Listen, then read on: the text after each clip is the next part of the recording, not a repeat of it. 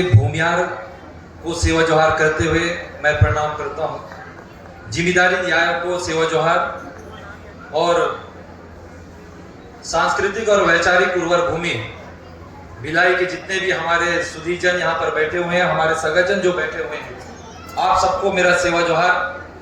विश्व आदिवासी दिवस के अवसर पर आदिवासी मंडल भिलाई की ओर से आयोजित इस गरिमामयी कार्यक्रम में हमारे बीच आदरणीय जी.आर. राणा जी, पूर्व अध्यक्ष छत्तीसगढ़ अनुसूचित जनजाति आयोग बैठे हुए हैं। आपका विशेष आतिथ्य हम सबको प्राप्त हो रहा है और इस कार्यक्रम के अध्यक्ष आदरणीय गीतालाल मंडावी जी, जिनके नेतृत्व में यह कार्यक्रम सफलतापूर्वक संपन्न हो रहा है। आदरणीय नमिता ठाकुर जी, भोज धुर्वे जी और हमारे सहायक महाप्रबंधक श्यामलाल भैया जी ठाकुर साहब और सेवानिवृत्त हमारे कमिश्नर जी.आर. चुरेन साहब और जितने भी हमारे युवा साथी हैं, जिनके अथक प्रयास से यह कार्यक्रम सफल हो पा रहा है, आप सबको सेवा जोहार। इलेक्ट्रॉनिक मीडिया और प्रिंट मीडिया के हमारे साथियों को मेरा प्रणाम और जो भाई हमारे फोटो खींच रहे हैं उनको भी मेरा प्रणाम, क्योंकि फोटो नहीं खींचेंगे तो फिर गड़बड़ हो जाएगा। क्योंकि आज सब लोग फोटो खिंचाने वाले लोग हैं और सबका फोटो दिखना चाहिए फेसबुक में, व्हाट्सएप में। भले विश्व आदिवासी दिवस में क्या वैचारिक मंथन हुआ इससे हमको मतलब नहीं है, लेकिन नाचते हुए सेल्फी आना चाहिए, ये जरूरी है। इसलिए मैं फोटो वाले भाई से कहना चाह रहा हूँ, मेरा भी ठीक है, फोटो खींच दो यार। बस्तर से आया हूँ यहाँ तो कम से कम भिलाई के कैमरे में चमकना चाहिए।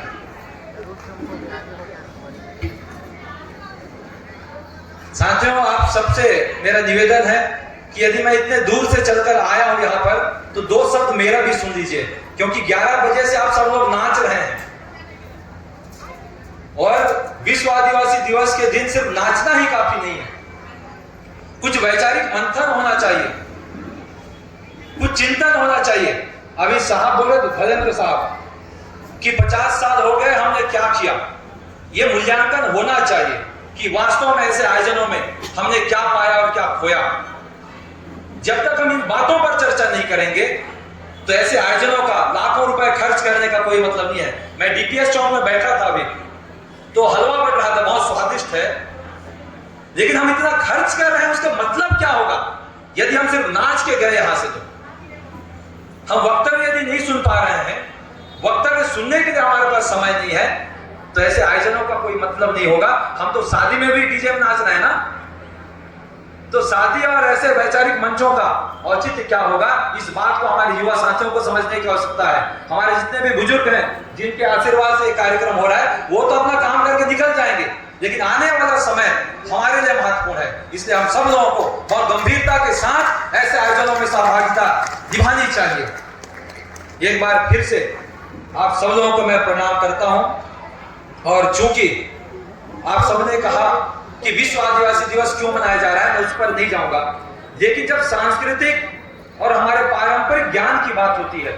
तो ऐसे समय में आदिवासियों के ऊपर बहुत निष्पक्ष होकर के चर्चा करने का सकता है कि वास्तव में यदि संयुक्त राष्ट्र संघ ने ऐसा कोई दिवस निर्धारित किया है तो उसका महत्व क्या होना चाहिए और क्या है, हम समझ नहीं पा रहे हैं, तो दूसरे लोगों को कैसे समझाएंगे? अभी आपने कहा ना, या धर्मेंद्र साहब ने अपना दुख व्यक्त किया कि इतने बड़े भिलाई में जिसमें हमारा भूमियार है, उसमें हमारे थोड़ा बहुत भी जमीन नहीं है, ये छोटा सा मंच नहीं है। क्यों रहेगा भाई? मालिक को कोई जमीन देने की हिम्मत कर पाएगा क्या? आपने लिखा ना, रियल ओनर ऑफ इंडिया आदिवासी। जब आप यहाँ के मालिक हैं तो मालिक को कौन भूमि देगा?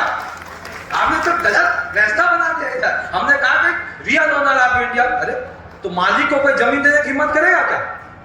कुछ बातों को समझना है। जैसे एक नारा हम लगाते हैं कि छत्तीसगढ़िया, आगे नहीं बोले तो बहुत अच्छी बात है, क्योंकि ये ठग फुसारी वाला काम है कि सब लोग बोले कि छत्तीसगढ़िया सबले बढ़िया, और सबले बढ़िया बोल बोल करके यहाँ के जंगल और जमीन को हम लोग लूटे और ये लोग बढ़िया बढ़िया में मस्त रहे। ये नारा है, इन नारों को भी समझना पड़ेगा भाई कि आखिर ये नारा दिया कौन? क्या हमने दिया? हमने नहीं दिया। हम तो हमेशा से बोल रहे हैं कि यहाँ के जो ओरिजिनल लोग हैं, जो मूलवासी लोग हैं, उनके साथ अत्याचार हो रहा है, उनके साथ शोषण हो रहा है, तो हम बढ़िया कैसे बोल देंगे? कैसे बोल देंगे हम बढ़िया? जब हमारे लिए अच्छी व्यवस्था हो, हमारे साथ अच्छा व्यवहार हो, तब तो हम बढ़िया है ना। तो ऐसे नारों को भी हमको समझना चाहिए और रियल ओनर ऑफ इंडिया को भी समझना चाहिए। आपको कौन देगा जमीन? हिम्मत नहीं कर पाएंगे कोई। साथियों, ये जो दिवस है हमारे पारंपरिक ज्ञान को संरक्षित करने का भी ज्ञान है। और हम सब लोग जानते हैं कि आदिवासियों के पास इतना ज्ञान है, अकूत भंडार है, उसको सिर्फ जानने की जरूरत है। और हमारा जो भी ज्ञान है वो श्रुति है, लिखित कुछ भी नहीं है। क्योंकि आदिवासी जो लोग हैं ना वो असाध्य लोग हैं, लिखने पढ़ने में ना बहुत कमजोर लोग हैं। क्यों राणा साहब, सही बोल रहा हूं? असाध्य लोग हैं, लिखने पढ़ने में बहुत पीछे हैं। ये हमारा मंच है, इसलिए मैं खुल के बोल रहा हूं। मेरा जो दुख है उस बात को मैं व्यक्त कर पा रहा हूं। हमने उन ज्ञान को नहीं लिखा, श्रुति श्रुति बोल के बस सुनते सुनते जा रहे हैं। लेकिन हमारा जो बूढ़ा आदमी है अपने ज्ञान को अपने बेटों को नहीं बताता, कभी नहीं बताए। तो एक कब बताएंगे हम? हमारा जो पारंपरिक ज्ञान है वो कब संरक्षित रहेगा? हमारा जो गीत है उसको हम कभी गाए नहीं। ये गीत जो हमारे लिए बहुत महत्वपूर्ण है, गोंडी में गीत है, पुरुषा नांदो करसारो है बाबू, ए नींदो नांदो करसारो। जो गोंडी समझने वाले हमारे साथी हैं वो समझेंगे, क्योंकि हमारा जो ज्ञान हो गीतों में है। यदि हम गीत को नहीं समझेंगे तो उस ज्ञान को पकड़ नहीं पाएंगे। और गीतों को समझने के लिए भाषा को पकड़ना पड़ेगा। जब हमारे पास भाषा रहेगा तब हमारी संस्कृति बचेगी। संस्कृति ऐसी बचने वाली नहीं है, हम कलगी लगा दिए, पगड़ी बांध दिए और धोती पहन दिए तो कोई संस्कृति बचने वाली है क्या? नहीं। हमारे जो पुरखों का ज्ञान है उस ज्ञान को आत्मसात करना पड़ेगा, तब हमारा संस्कृति बचेगा। और उस ज्ञान को लेने के लिए भाषा को पकड़ना पड़ेगा। या बहुत सारे लोग हैं, कोई कुरुब नहीं जानते होंगे, कोई गोंडी नहीं जानते होंगे, कोई हलबी नहीं जानते होंगे। तो अपनी भाषा को जब तक नहीं जानेंगे तो उस भाषा में छिपा वाला जो रहस्य है उसको हम जान कैसे पाएंगे? इसलिए भाषा को समझना बहुत जरूरी है, हमारा संस्कृति बचेगा। साथियों, जब हम इस भाषा को समझेंगे तो प्रकृति के साथ जो हमारा सम्यक संबंध है उसको हम समझ पाएंगे। आप सब लोग जानते हैं कि सुनामी तूफान आया था, सब लोग जानते हैं, हजारों लोग प्रभावित हुए थे, लेकिन एक भी आदिवासी उसमें प्रभावित नहीं हुआ था। ये हमारे प्रकृति के साथ ज्ञान और सम्यक संबंध का प्रमाण है। अंडमान निकोबार का एक भी आदिवासी हताहत नहीं हुआ। इसलिए नहीं हुआ क्योंकि उसके पास पुरखों से प्राप्त ज्ञान था। पक्षियों के व्यवहार में जो परिवर्तन हुआ उसको देख करके उन्होंने समझा कि समुद्र में कुछ हलचल होने वाला है, वो सुरक्षित स्थानों में चले गए। इस ज्ञान को हमको ग्रहण करने की आवश्यकता है और इसके लिए भाषा को जानना बहुत जरूरी है, पंछियों के व्यवहार को जानना जरूरी है, प्रकृति के बदलते हुए जो स्वभाव है उसको जानने की जरूरत है। और जब तक हम इनको नहीं जानेंगे तो हम आदिवासियत को जिंदा नहीं रख पाएंगे। इसलिए प्रकृति के करीब जाइए, उसके व्यवहार को जानिए, उस भाषा को समझिए, तब हम कहीं आगे बढ़ पाएंगे। साथियों, हम सब लोग जानते हैं कि जब एक बैठक हुआ संयुक्त राष्ट्र संघ का एक अंग है सामाजिक और आर्थिक परिषद, और उस सामाजिक आर्थिक परिषद में कहा गया 1982 में, आज की बात नहीं है, उस समय कहा गया कि यदि इस दुनिया को बचाना है तो आदिवासियों की जीवन शैली अपनाना पड़ेगा। ये बड़ी बात कह दी संयुक्त राष्ट्र संघ ने। क्या हम खुद आदिवासी होकर के अपने जीवन शैली को अपना पा रहे हैं क्या? नहीं। जिस दिन हम और आप आदिवासियों की जीवन शैली को समझेंगे और अपनाएंगे, इस दुनिया को बचा पाएंगे। आप सबको पता होगा 30 जुलाई 2024 केरल के वयनाड में भारी बारिश हुई और बहुत ज्यादा जन धन की हानि हुई। और ऐसे भीषण बारिश में भी जो आदिवासी बच्चे हैं 12 दिन तक जंगल में रहकर जिंदा बच गए। ये बड़ी बात है, और ये बड़ी बात इसलिए है क्योंकि उन बच्चों को प्रकृति का ज्ञान था कि किस कांदा को खाना है और किसको नहीं खाना है। ये छोटी छोटी बातें हैं जिसको हम सबको समझने की आवश्यकता है कि प्रकृति हमको सारा चीज दे दिया, लेकिन क्या हम प्रकृति को समझ पाए? नहीं। लाखों वृक्ष आज काटे जा रहे हैं और आदिवासी ठेका लिया है क्या उस जंगल का, पेड़ लगाने का, उन पक्षियों को बचाने का? बाकी लोग सिर्फ सांस लेंगे। आप सब लोग जानते हैं कि आदिवासी क्षेत्र के लोग कोरोना के समय नहीं मरे। कौन लोग मरे? जिनके पास सांस लेने के लिए ऑक्सीजन नहीं था। हमारे पास बहुत ऑक्सीजन था, बहुत सारे पेड़ हैं, इसलिए आदिवासी क्षेत्रों में चाहे जो भी लोग वहां पर रहे उनको ज्यादा प्रभाव नहीं हुआ। तो इस प्रकृति को समझना पड़ेगा, सिर्फ बोल देने से नहीं होगा, पेड़ लगा देने से नहीं होगा। उसको बड़ा होने तक उसकी देखभाल की आवश्यकता है, तब कहीं हम प्रकृति के सम्यक जीवन जी पाएंगे। साथियों, कहीं ज्यादा तो नहीं बोल रहा हूं ना? आदिवासी जीवन शैली इसलिए अपनाने की आवश्यकता है क्योंकि आदिवासी जो लोग हैं वो जीव जंतु पेड़ पौधों को अपना टोटम चिन्ह मानते हैं, और टोटम चिन्ह को कभी वो नुकसान नहीं पहुंचाते हैं। अघोषित रूप से हम प्रकृति का हजारों साल से रक्षा कर रहे हैं, इस बात को भी समझना चाहिए। इसलिए अपने आप पे गर्व होना चाहिए कि हाँ, मैं आदिवासी। इस बात को हम सबको समझना चाहिए। हर टोटम का एक चिन्ह होता है, उस चिन्ह को संरक्षित करने की जिम्मेदारी हमारी है, जो पुरखों से चली आ रही है। और पुरखों का जो ज्ञान है, उस ज्ञान को आने वाली पीढ़ी में संवर्धित करने की आवश्यकता हम सबकी है, हमारी जिम्मेदारी है। और एक चीज और आप जानते हैं कि सिर्फ मनुष्य के लिए नहीं है प्रकृति। आप लोग हरेली कितने लोग मनाए यहाँ? ये कार्यक्रम हुआ था, पेपर में देखा था, जबर हरेली कार्यक्रम हुआ था ना यहाँ पे भिलाई में। हरेली का जो त्योहार है वो हमारे लिए कितना महत्वपूर्ण है। सिर्फ मानव के लिए ही नहीं, पशुओं को भी हम जंगल से जड़ी बूटी ला करके सिहारी पत्ता में चिपोट के खिलाते हैं। खिलाते हैं कि नहीं खिलाते हैं? आप लोग बताइए तब तो होगा। खिलाते हैं कि नहीं खिलाते हैं? जानते हैं ना इस बात को? नहीं जानते तो जानिए कि वास्तव में हमारे पास इतना ज्ञान है कि सिर्फ मनुष्य के लिए नहीं, पशु पक्षियों के लिए भी हम काम कर रहे हैं। उनके लिए भी हम दवाई ला रहे हैं। कहां से? जंगल से। जब जंगल रहेगा नहीं तो आपके लिए भी कुछ नहीं बचेगा और पशु पक्षियों के लिए भी कुछ नहीं बचेगा। इस बात को हमको समझने की आवश्यकता है। बहुत सारा ज्ञान हमारे श्रुति साहित्य में है, हमारे पुरखों ने हमको दिया है। उन ज्ञान को हमको जानने की आवश्यकता है। ये ज्ञान है। पक्षी जब बोलते हैं तो उसकी भाषा को समझने की आवश्यकता है। आज पानी नहीं गिर रहा है, ये पक्षी है, उनका एक आवाज आप सुने होंगे, पो पप पप। सुने कि नहीं सुने? नहीं सुने है ना? पो पप पप, पो पो पो, ऐसा आवाज सुने हैं आप लोग? आप लोग भिलाई में आके रह रहे हैं तो कहां से सुनेंगे? जब गांव में जाएंगे तो सुनेंगे। आपकी गलती नहीं है, हम जीवन यापन के लिए यहाँ पर आ गए हैं। लेकिन पुरखों का जो ज्ञान है उसको जानने की आवश्यकता है। ये पक्षी जब ऐसा कहती है पो पप पो, मतलब इस साल बारिश जो है खंड होने वाली है।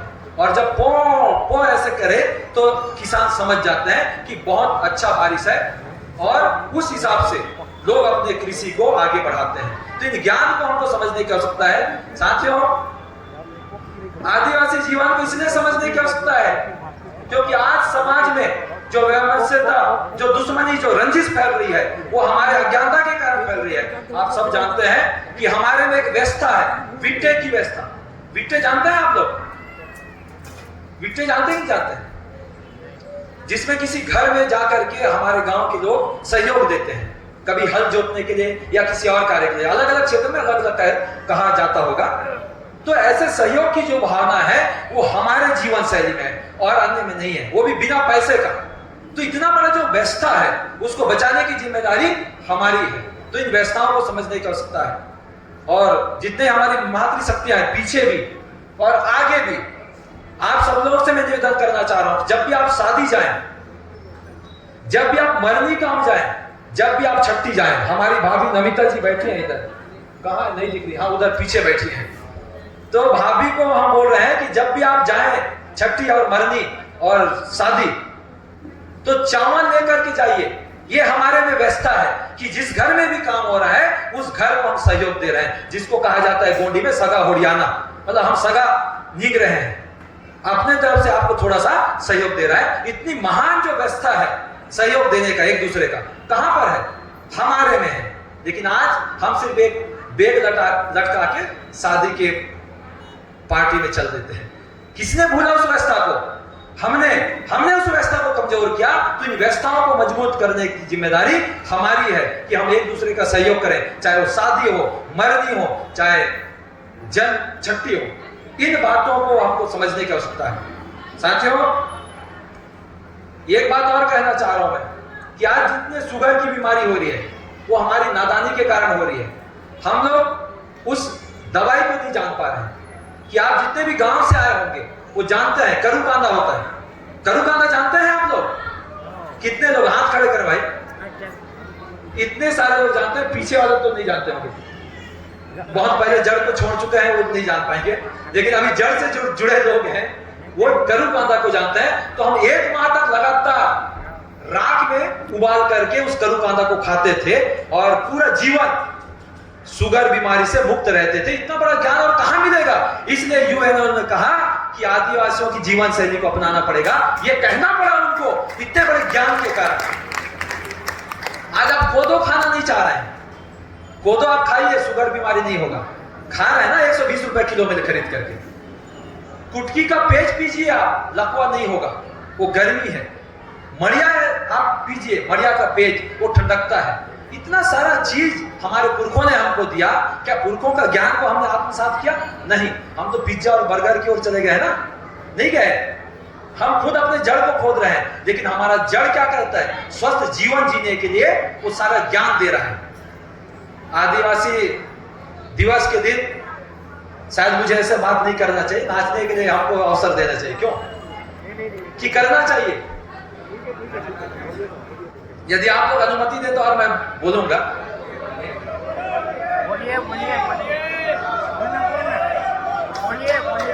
आज सरकार मिलेट्स की बात कर रही है ना, लेकिन मैं कोदो बोल देता हूं तो नंबर कट जाता है। तो मिलेट्स बोलिए, मिलेट्स खाइए, वो हमारा ऊर्जा का स्रोत है।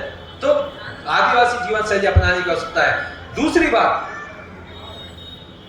कि आज हम सब लोग जिस समाज की कल्पना करते हैं, क्या वास्तव में उस समाज को हम बना पा रहे हैं? क्या नहीं बना पा रहे हैं।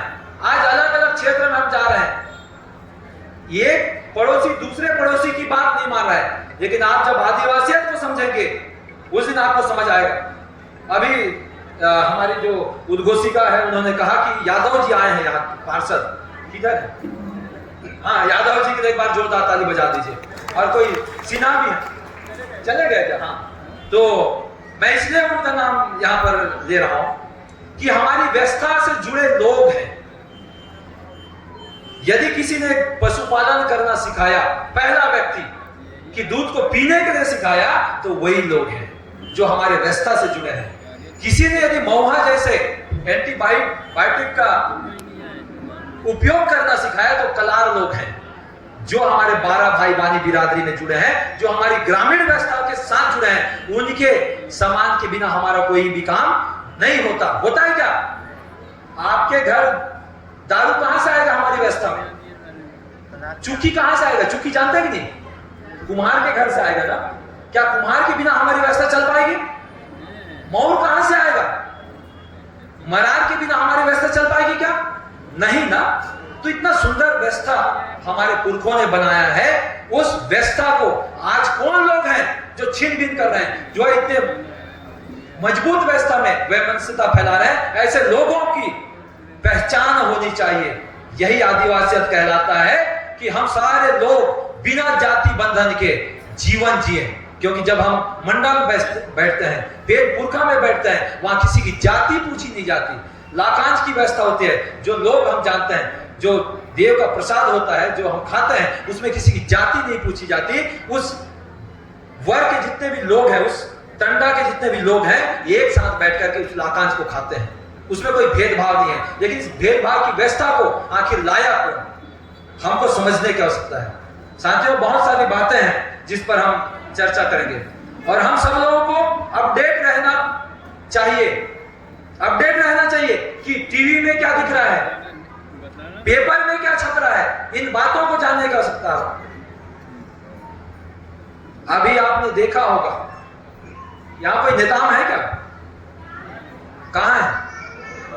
अच्छा, ये सब नेताम लोग हैं। और कोई उइके लोग हैं? हमारे मामा जी भी बैठे इधर, ढाल सिंह पातर जी, स्वतंत्रता संग्राम सेनानी सुखदेव पातर जी के वंशज हैं।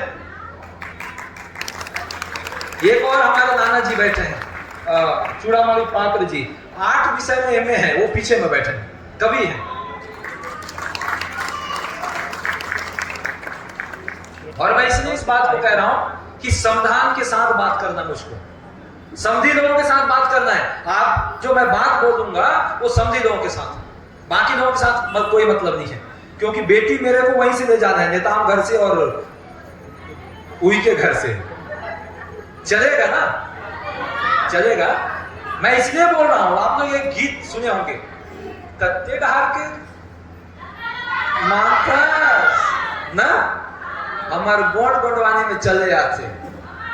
क्या समझे आप लोग? हमारे में मामा फूफू का चलता है, ठीक है ना, कि नहीं चलता?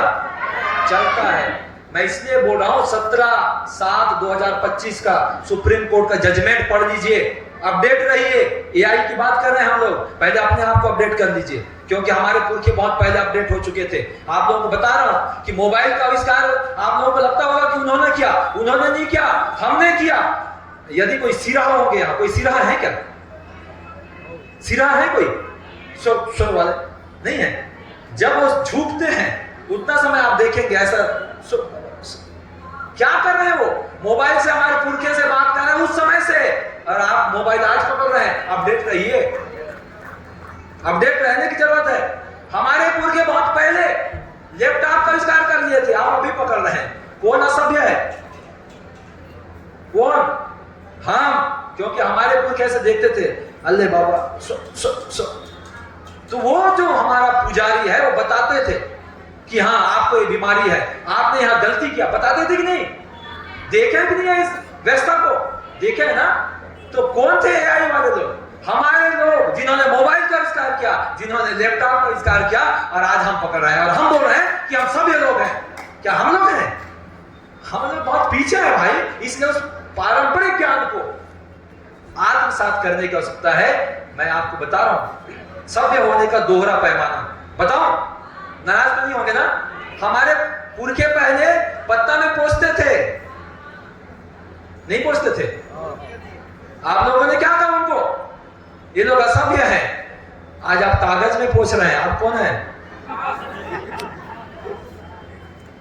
कौन लोग हैं? हमने उस समय पत्ता में पोंछ दिया क्योंकि पानी को पवित्र माना होगा ना। आज हम कागज में पोंछ रहे हैं। कागज फट गया तो आप देख लीजिए, अपना अपना देख रहे हैं, अपने को कोई मतलब नहीं है। असभ्य कौन है? सभ्यता और सभ्य होने का दोहरा पैमाना हमको नहीं चाहिए। यही बात आदिवासियों के साथ लगातार हो रही है कि हमारे साथ दोहरा पैमाना अपनाया जा रहा है। एक जमाना था जब हमारे पास पहनने के लिए कपड़े नहीं होते थे, हम कम कपड़ा पहनते थे, लोगों ने हमारा मजाक उड़ाया। आज जिनके पास पर्याप्त मात्रा में कपड़ा है, पर्याप्त पैसा है, नंगे घूम रहे हैं। कौन असभ्य है? अपने बदन को दिखा रहे हैं। कौन असभ्य है?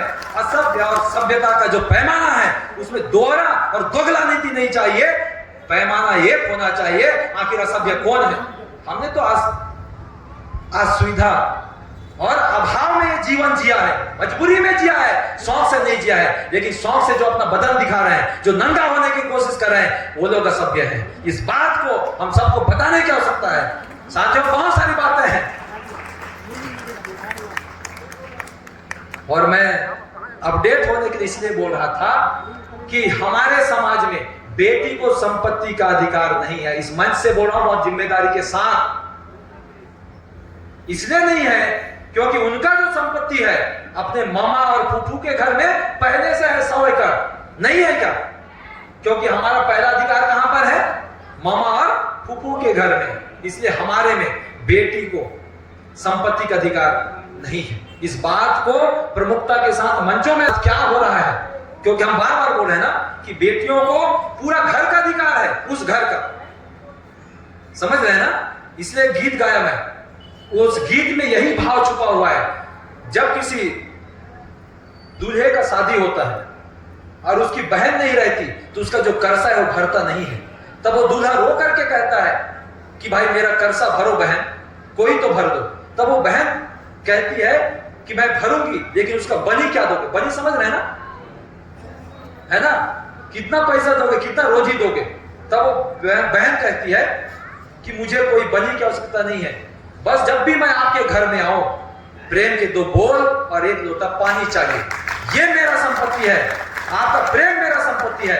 ये जो आपका पैतृक संपत्ति उसमें मेरा लालच नहीं है। यदि इस गीत को आप सुनेंगे और जिसके बहन नहीं है वो रो डालेंगे, लेकिन गोंडी को समझना पड़ेगा। इतना गहरा ज्ञान हमारे गीतों में है, हमारी व्यवस्थाओं में है। और आप सब जानते हैं जब आदिवासियों के घर में बेटी का जन्म, कि बेटी के जब जन्म होते हैं आदिवासियों के घर में, तो जो बाप है वो सबसे ज्यादा खुश होता है और बाकी लोग रोते होंगे कि कहां है, कि बेटी जन्म आ गई, अब इसके लिए दहेज का जुगाड़ करना पड़ेगा। हमारे में ऐसा नहीं है। बेटी के जन्म होने पर वो बाप छाती ठोक के कहता है कि मोर घर बेटी आई, और ये मन देता है। और ये बेटी के लिए इसलिए इतना खुशी होता है कि बेटा दो कुल को जोड़ नहीं सकता कभी भी, लेकिन बेटियां दो कुल को जोड़ने वाली है, इसलिए हमारी अभिमान है। इसलिए एक बाप बेटी के जन्म होने पर पूरे पारा मोहल्ले में खुशी मनाता है कि मोर घर बेटी आई, मोर घर बेटी आई। ये आदिवासी जीवनचर्या है, जीवन शैली है, यही आदिवासियत है। इस आदिवासियत को अपने अंदर बना करके रखने की जरूरत है, क्योंकि हमारे में बेटी और बेटा में कोई भेदभाव नहीं है। इसलिए आदिवासी समाज में लिंगानुपात ज्यादा है। किसमें? बेटियों का ज्यादा है, बेटों का संख्या कम है। आप देख लीजिए, पढ़ने वाले लोग हैं तो समझेंगे कि आदिवासियों में लड़कियों की जो संख्या है वो ज्यादा है, और आदिवासियों में भ्रूण हत्या नहीं है, और नारियों का जो महत्व है डोकरा खोली तक है। क्यों माता लोग, है ना? डोकरा खोली में भी आपका अधिकार है, बाकी लोग नहीं घुसते होंगे, लेकिन हमारी बेटियां, हमारी बहू माई घर में घुसती है, वहां तक अधिकार है। एक और बात कि बाकी लोग शमशान घाट तक नहीं जाते पति के साथ, जाते हैं क्या? हिंदी में एक गाना है, सात फेरों के सातों वचन, ऐसा गीत है ना, नहीं गाते हैं कि आपका जो सात फेरा है वो सातों वचन नहीं निभाऊंगी। लेकिन जब अंतिम फेरा पड़ता है, कहां पर? शमशान घाट में, वहां पर हमारी पत्नी नहीं रहती ना, कहां होता है ऐसा? लेकिन आदिवासियों में हमारी जो पत्नियां हैं, हमारी जो बेटियां हैं, वो शमशान घाट में भी अपने पति के पार्थिव शरीर के साथ घूमती हैं। ये साहस है, ये बराबरी का हक है। नहीं तो बाकी लोग तो उसके पति को कहीं भी फेंक के आ जाएंगे ना, नहीं फेंकेंगे।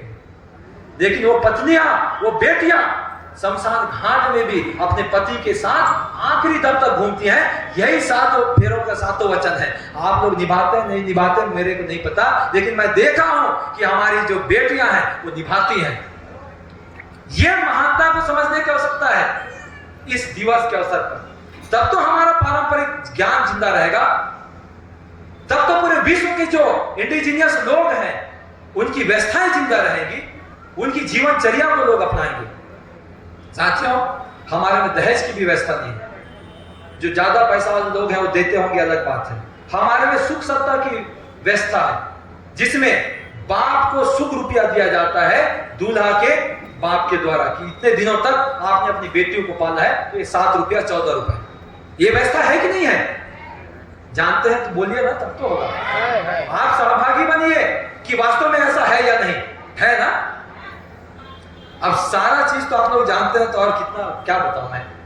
लेकिन इस मंच के साथ मैं एक बात साझा करना चाह रहा हूं, और जब भी आपको ऐसा अवसर मिले तो इस बात को आपको रखना पड़ेगा सरकार के पास कि आज हमारी जो पहचान है, जल जंगल जमीन, तीन, और तीनों चीज छीनी जा रही है। तो जमीन बचाना बहुत जरूरी है, क्योंकि जमीन से हमारा पहचान है। और आज हमारे साथ एक विडंबना है कि हमारे नाम पर गैर आदिवासी जो लोग हैं, सब लोग की बात नहीं कर रहा हूं, लेकिन कुछ जो चालाक लोग हैं वो हमारे नाम पर जमीन ले रहे हैं आदिवासियों की। तो यदि हमारे पास जमीन नहीं रहेगा तो हम जिएंगे कैसा? अभी धलेन्द्र जी बहुत अच्छा बात कह रहे थे कि हमारे पास भिलाई में जमीन नहीं है, तो कार्यक्रम करेंगे कहां? ये तो सिर्फ कार्यक्रम की बात है, लेकिन जीने के लिए हमको जमीन की आवश्यकता है। हमारे अस्तित्व के बचाने के लिए जमीन की आवश्यकता है, तो जमीन को बचाना जरूरी है। और बहुत सारे लोग छल कपट करके हमारी जमीन को लूट रहे हैं। तो इसलिए छत्तीसगढ़ सरकार से एक मांग होनी चाहिए हम सब लोगों की ओर से कि छत्तीसगढ़ में भू माफिया नियंत्रण अधिनियम बनाया जाए, ताकि आदिवासियों की जो जमीन है वो सुरक्षित रह सके और हम अपने अस्तित्व की लड़ाई बार बार किसी मंच में ना करें, क्योंकि लड़ाई सिर्फ और सिर्फ जमीन की है। इसलिए जमीन को आप बचाइए, आपका जमीर बचेगा, आपका अस्तित्व बचेगा। दूसरी बात शिक्षा पर मैं करना चाहूंगा कि आज शिक्षा पर जिस तरह से हमला हो रहा है, हमको मजबूत होने की जरूरत है, हमको व्यवस्था करने की जरूरत है कि हम अपने लोगों को कैसे पढ़ाएं, कैसे उनको शिक्षित करें, कैसे उनको शिक्षा दें। क्योंकि आप सब लोग जानते हैं, उस पर भी मैं ज्यादा बात नहीं करूंगा, लेकिन भिलाई तकनीकी शहर है। तकनीकी शहर है कि नहीं है? सब तकनीकी लोग यहां रह रहे हैं, लेकिन क्या हम तकनीकी शिक्षा दे पा रहे हैं? नहीं दे पा रहे हैं। जो जनसंख्या है उसके अनुपात पर तकनीकी संस्थाएं हमारे पास नहीं है। भीड़ में लोग सीखेंगे क्या? कुछ सीख पाएंगे क्या? नहीं सीख पाएंगे। इसलिए आज भी तकनीकी संस्थाओं में कोई नया आविष्कार नहीं हो रहा है, जो पुराना ढर रहा है, जो पुराना आविष्कार है उसी को लोग पढ़ रहे हैं, लेकिन हमने कोई आविष्कार क्या नहीं किया। तो हम विश्व गुरु बन जाएंगे? भाषण देने से विश्व गुरु बन जाएंगे क्या? हम उस तकनीक को अपनाना पड़ेगा, तकनीकी संस्थाओं को बढ़ाने की आवश्यकता है, तब हमारे बच्चे कुछ नया शोध करेंगे और इस देश को मजबूत बनाएंगे, विकसित करेंगे और विश्व गुरु के शिखर पर पहुंचाएंगे।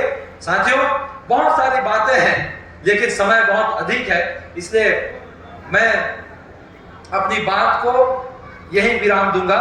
लेकिन एक चीज और कहना चाहूंगा, नाचने के साथ साथ, गाने के साथ साथ हमारी जो व्यवस्था है उसको समझने की आवश्यकता है। और हम चाहे जितना भी पढ़ लिख लें, लेकिन अपनी जो व्यवस्थाएं हैं उसको मजबूती के साथ पकड़ करके रखें। जिस दिन हम अपना जमीन, अपना जड़ खो देंगे, उस दिन हमको कोई पूछने वाला नहीं है। विश्व आदिवासी दिवस मनाने वाला कोई नहीं रहेगा क्या? क्यों हम मना रहे हैं? क्योंकि हमारा एक अस्तित्व है, एक स्वतंत्र अस्तित्व है, इसलिए हमको ये दिन दिया गया है। किसके द्वारा? संयुक्त राष्ट्र संघ के द्वारा।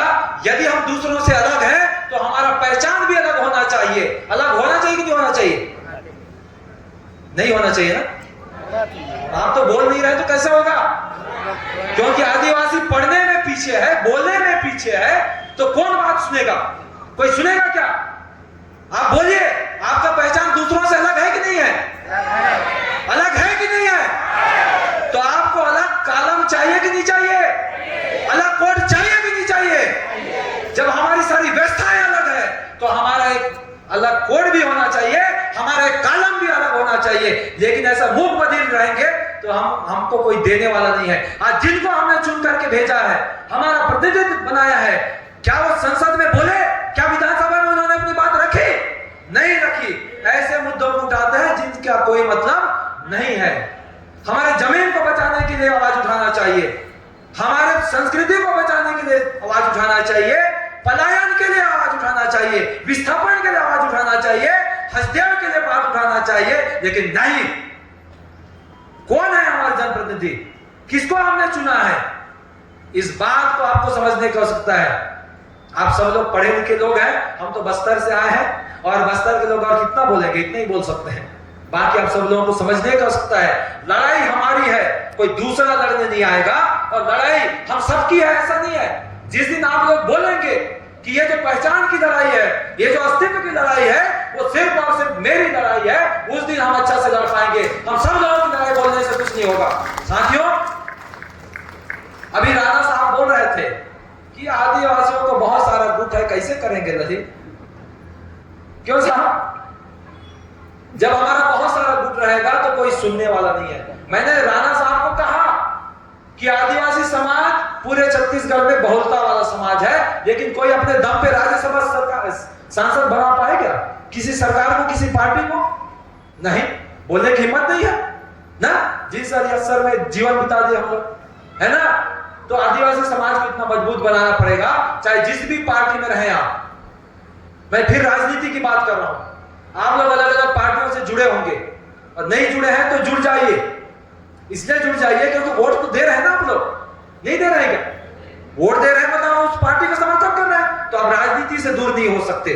लेकिन राजनीति को थोड़ा बुद्धिमत्ता के साथ कीजिए।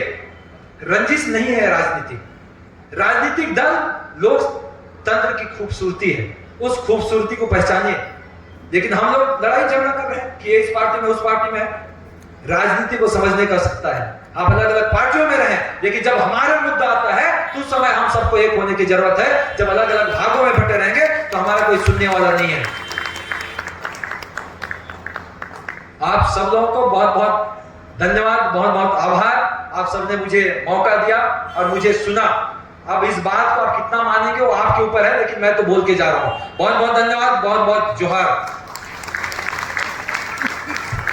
गरज उठे गगन सारा, समुद्र छोड़े अपना किनारा, हिल जाए जहां सारा जब गूंजे एक आदिवासी का नारा। जय जोहार, जय आदिवासी। जोरदार तालियों के साथ ललित उरेटी जी का हम धन्यवाद ज्ञापित करते हैं।